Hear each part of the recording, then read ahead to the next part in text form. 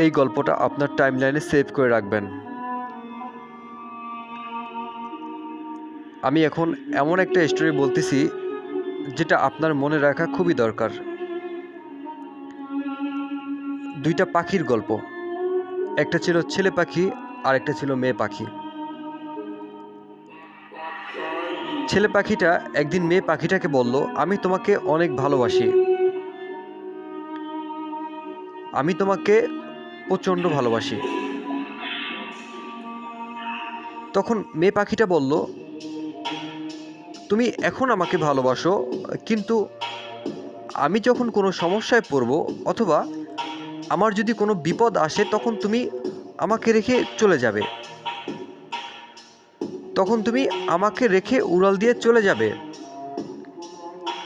এই কথাটা শোনার পরে ছেলে পাখিটা তার দুটো ডানাই কেটে ফেলে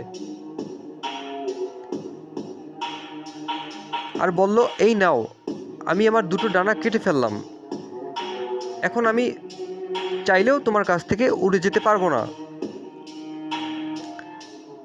এটা শুনে মেয়ে পাখিটা অনেক খুশি হলো এবং তারা দুজনে সংসার শুরু করলো। হঠাৎ কিছুদিন পর একটা ঝড় চলে আসলো। তখন ছেলে পাখিটা মেয়ে পাখিটাকে বলল,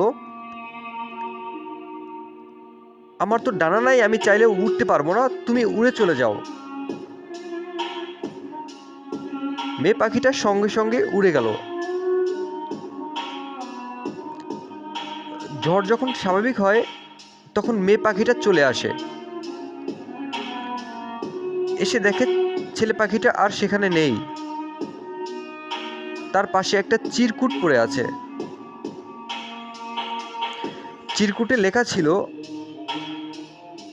তুমি আমাকে ছেড়ে সত্যি চলে গেলে, তুমি যদি একটা বার ভাবতে আমার ডানা নাই, আমার কি হবে? বিশ্বাস করো, তখন যত বড়ই ঝড় আসুক না কেন আমার কিছুই হতো না। কি বুঝলেন আপনারা? কথাটা কিন্তু আসলে পাখির জন্য ছিল না, কথাগুলো ছিল সেই বেঈমান পাখির জন্য যারা অসংখ্য মানুষের সাথে এরকম করতেছে। আমি জানি আপনার সাথেও এরকম হয়েছে। কার কার সাথে এরকম হয়েছে কমেন্ট করে জানাবেন।